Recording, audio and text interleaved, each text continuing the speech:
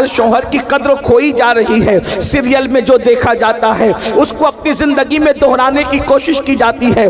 پھر کہتا ہوں سیریل دیکھ کر زندگی گزارنے کی کوشش کرو گی تو گھر جہنم کا دا بن جائے گا. ہماری زندگی سیریل نہیں ہے گھنٹے 2 گھنٹے کی. اور اگر مصطفیٰ جان رحمت صلی اللہ علیہ وآلہ وسلم کی زندگی دیکھ کر اپنی زندگی گزارو گی تو گھر جنت نشان بن جائے گا. اس لیے ادھر توجہ کرنے کی بجائے سیرت النبی کی طرف توجہ کرو, ازواج رسول کی طرف توجہ کرو. پڑھو زندگی سیدہ خدیجۃ الکبریٰ کی, پڑھو زندگی سیدہ عائشہ صدیقہ کی, پڑھو زندگی سیدہ جویریہ کی, پڑھو زندگی سیدہ صفیہ کی, پڑھو زندگی سیدہ زینب بنت خزیمہ کی, پڑھو زندگی سیدہ زینب بنت حجش کی, پڑھو زندگی جناب اللہ اکبر ماریہ کی زندگی پڑھو, صحابیات کی زندگی پڑھو. اللہ اکبر, تب پتہ چلے گا کہ اصل شوہر کی وفاداری کسے کہتے ہیں. پھر میرے آقا مصطفیٰ جان رحمت صلی اللہ علیہ وآلہ وسلم ارشاد فرماتے ہیں کہ اے فاطمہ میں نے تیسری عورت کو دیکھا کہ سینے کے بل اس کو جہنم کے اندر لٹکایا گیا ہے. اللہ اکبر, یعنی چھاتی کے ذریعے سے اس کو جہنم کے اندر لٹکایا گیا ہے. اللہ اللہ, ذرا اندازہ تو کریں. اللہ اکبر, لرزے تو صحیح, تھوڑا تصور تو کریں کہاں وہ جہنم کے دہکتے ہوئے شعلے اور اس میں سینے اور چھاتی کے ذریعے سے کسی کا الٹا لٹکنا. اللہ اکبر, کیفیت کیا ہوگی, حالات کیا ہوں گے. سیدہ کائنات نے پوچھا بابا جان جس کو سینے چھاتی کے ذریعے سے الٹا لٹکایا گیا تھا آخر اس کا قصور کیا تھا, اس کی غلطی کیا تھی, اس کا عذاب کیا تھا. تو اللہ کے حبیب صلی اللہ علیہ وآلہ وسلم ارشاد فرماتے ہیں کہ جو عورتیں شادی شدہ ہونے کے باوجود بھی دوسروں سے ناجائز تعلقات قائم کرتی تھی اس کو سینے کے بل لٹکایا گیا تھا, اس کو چھاتیوں سے لٹکایا گیا تھا. اللہ اکبر, بڑی معذرت کے ساتھ یہ بات کہنا اچھا بھی نہیں لگتا لیکن حالات مجبور کرتے ہیں. عملنیر میں ایسا نہیں ہوگا, خاندیش میں ایسا نہیں ہوگا, مہاراشٹر میں ایسا نہیں ہوگا, بلکہ ہندوستان میں بھی ایسا نہیں ہوگا. اللہ سے دعا ہے جن کانوں کو ان گفتگو کی ضرورت ہے اللہ ان کانوں تک یہ بات پہنچا دے, انٹرنیٹ کے ذریعے ہی صحیح. اے خاتون جنت کی کنیزوں, سنا آپ نے جو عورتیں اجنبی مردوں سے ناجائز تعلقات قائم کرتی ہے یعنی افیئر کرتی ہے, محبت کے نام پر زنا کے راستوں کی طرف جاتی ہے, ان کو سینے کے بل اوندا لٹکایا گیا جہنم کے اندر. اور سن لو میرے اللہ کا فرمان ہے ان بطش ربک لشدید, تیرے رب کی پکڑ بڑی سخت ہے. ان عذاب ربک لواقع ما لہ من دافع, تیرے رب کا عذاب واقع ہو کر رہے گا. جب اللہ عذاب دینے کا فیصلہ کرے تو دنیا کی کوئی طاقت عذاب کو نہیں روک سکتی, تمہیں اللہ کے عذاب سے نہیں بچا سکتی. دنیا کی چند دنوں کی رنگ ریلیاں, دنیا کے چند دنوں کی عیش و عشرت, دنیا کی چند دنوں کی موج مستیاں, دنیا کی چند دنوں کا گل گپاڑا, لیکن یاد رکھنا یہ دنیا ختم ہونے والی ہے, یہ دنیا ختم ہونے والی ہے. دنیا جب ختم ہوگی لیکن اپنی زندگی تو ختم ہونے والی ہے. پانی کے بلبلے کی طرح زندگی ہے. کہاں ہے وہ لوگ جو ناجائز تعلقات کو, افیئر کو, حرام کاریوں کو جواز کی صورت دینے کی بات کرتے ہیں. سینے کے بل چھاتیوں سے ان لڑکیوں کو, ان عورتوں کو اوندا جہنم میں لٹکایا گیا ہے. حضور اس کو یاد کر کے رو رہے ہیں. جس نے مشاہدہ کیا وہ رسول اس درد میں رو رہے ہیں. کیا آپ کو اپنے آپ پہ ترس نہیں آتا یا ان عورتوں کو؟ بلکہ آج کل سیریلوں کا تو عنوان ہے کہ شادی شدہ ہونے کے بعد بھی کسی مرد سے بات کر سکتے ہو, اس کے ساتھ پھر سکتے ہو. بلکہ نوجوان لڑکیوں کو باضابطہ طور پر ٹرین کیا جا رہا ہے, ان کو گمراہ کرنے کی کوشش کی جا رہی ہے. بلکہ جو لڑکیاں آوارگی نہیں کرتی انہیں سہیلیاں تانا دیتی ہے بدھو بن کر نہ جی, دقیانوسی خیال کے ساتھ نہ جی, پرانے خیال کے ساتھ نہ جی, اس لیے کہ یہ دنیا تو موج مستیوں کے لیے ہے. اچھی طرح یاد رکھنا میری بہن, ایمان کے بعد عورت کے لیے سب سے بڑا سرمایہ اس کی حیا ہے, اس کی عزت ہے, اس کی آبرو ہے. اس لیے کہ بڑی سے بڑی نعمت گم ہو جائے انسان اس کو پھر پا سکتا ہے.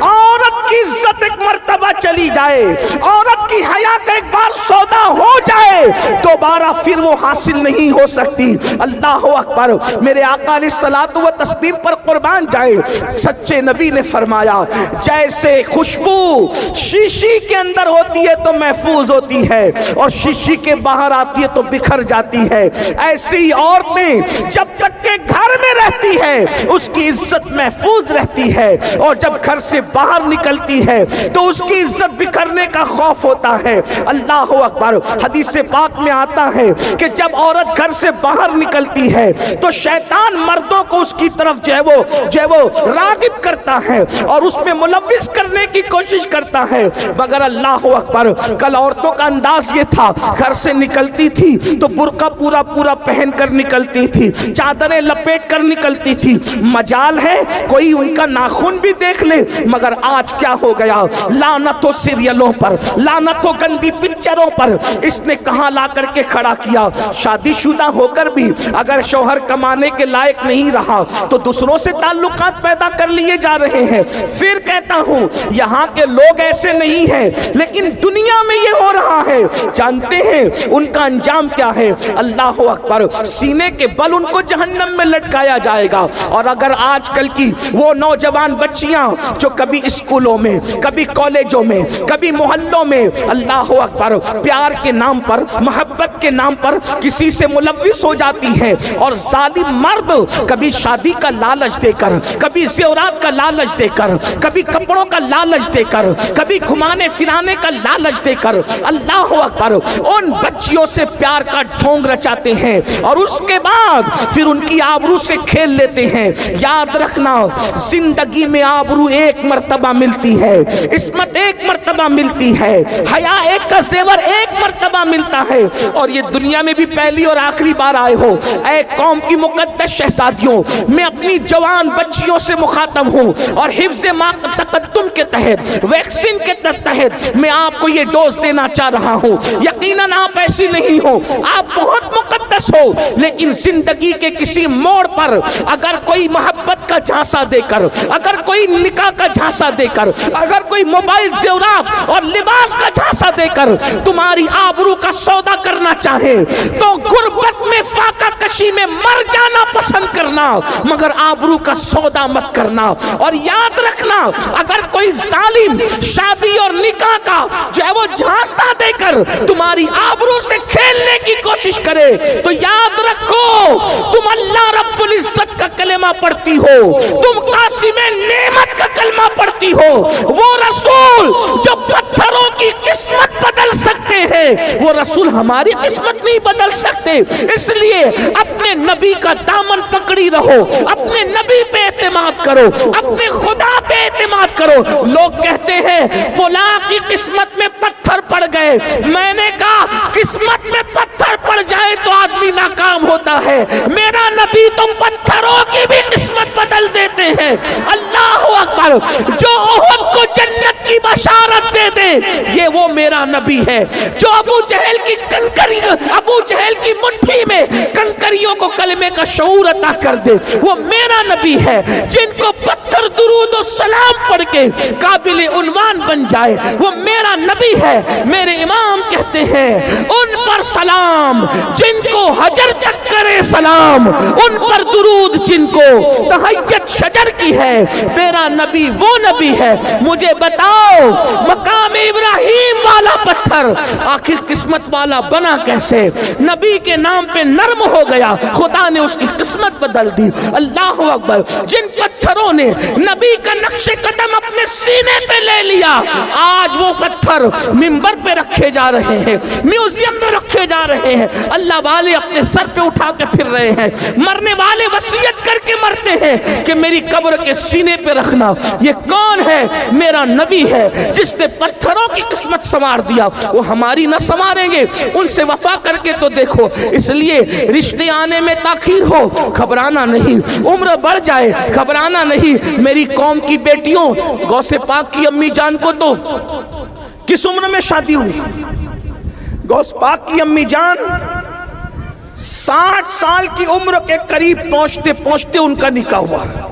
یہاں تو 30 سال کی عمر ہوتی ہے تو ماں باپ بھی گھبرا رہے ہیں، بیٹی بھی گھبرا رہی ہیں، محلے والے تانا دے رہے ہیں۔ یاد رکھنا جو چیز قیمتی ہوتی ہے وہ دیر سے ملتی ہے، اس لیے دیر سے رشتے آنے پر یا دیر سے شادی ہونے پر کوئی غم کرنے کی ضرورت نہیں ہے۔ جلدی ہو گیا اللہ کا کرم ہے، تاخیر ہو گئی اللہ کے یار کام کا ایک وقت ہے، جب بھی وقت آ جاتا ہے تاخیر نہیں ہوتی۔ اس لیے قوم کی بیٹیاں کسی ظالم کا ہاتھ پکڑنے کی کوشش نہ کریں۔